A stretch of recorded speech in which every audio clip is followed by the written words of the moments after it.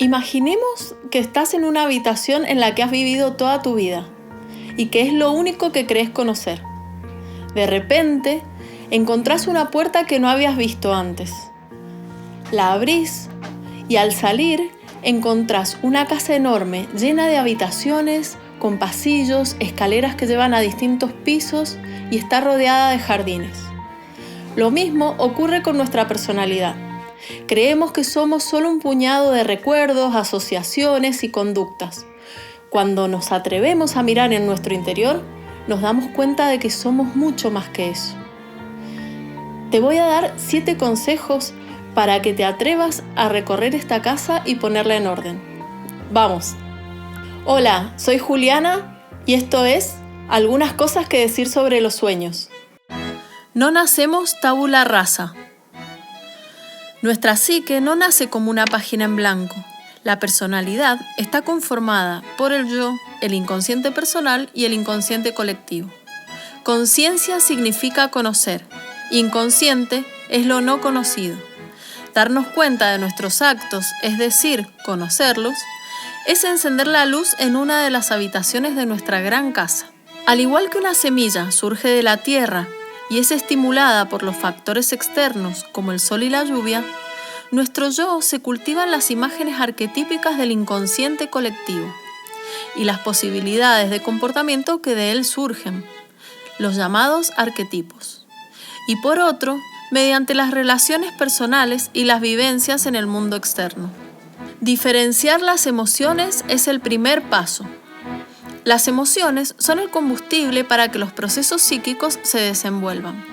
Identificar las emociones y dar lugar a que se expresen es fundamental para el desarrollo de la personalidad. Muchas veces las personas no distinguimos entre estar enojados o estar tristes, y tampoco sabemos con certeza hacia quién o qué va dirigida esa emoción. Para ingresar y deambular con tranquilidad en nuestra propia casa, necesitamos primero identificar cuál es la emoción que nos moviliza hacia la acción. Pasamos 3/4 partes de nuestra vida en lo inconsciente. No solo cuando dormimos estamos bajo el dominio de lo inconsciente, también en la vigilia la mayoría de nuestras acciones están coordinadas por él. Por ejemplo, cuando conducimos nuestro auto por un camino habitual o cuando tocamos un instrumento musical, lo hacemos en gran parte de forma automática. Pero sobre todo, cuando decimos algo que no queríamos decir, ya que en realidad sí lo queríamos decir pero no nos animábamos, en ese momento interviene lo inconsciente y nos obliga a sincerarnos con lo que somos. El complejo del yo es un complejo entre tantos otros. Carl Gustav Jung dijo que una de las cosas más difíciles de aceptar es que no somos los dueños de nuestra propia casa ni los únicos habitantes.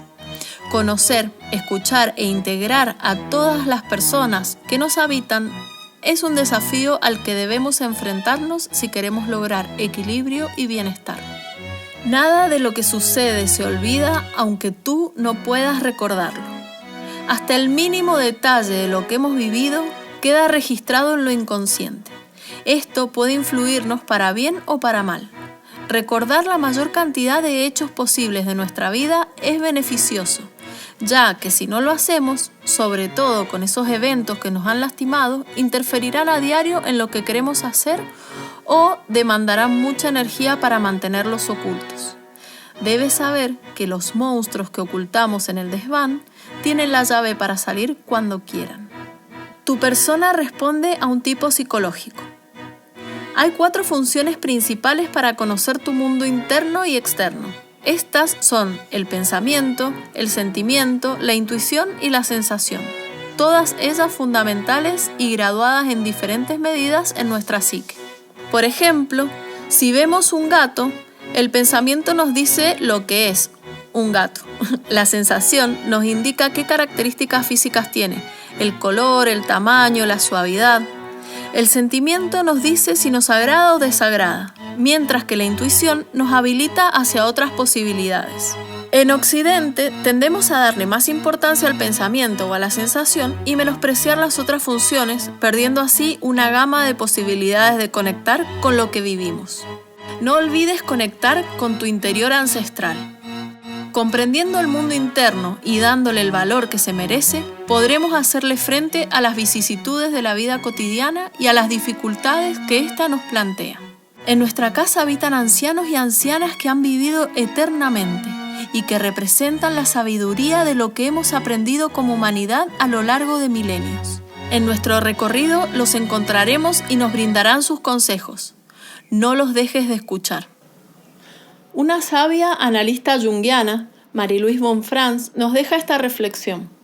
La humanidad está perdiendo su eje y la única forma de que se recupere es volviendo a las raíces. Por esta razón, mi mensaje es instar a todos a volver a esas raíces psíquicas internas, porque solo ahí es donde las inspiraciones constructivas se encuentran. El cómo enfrentarse a los enormes dilemas, la bomba atómica, la superpoblación o la próxima pandemia.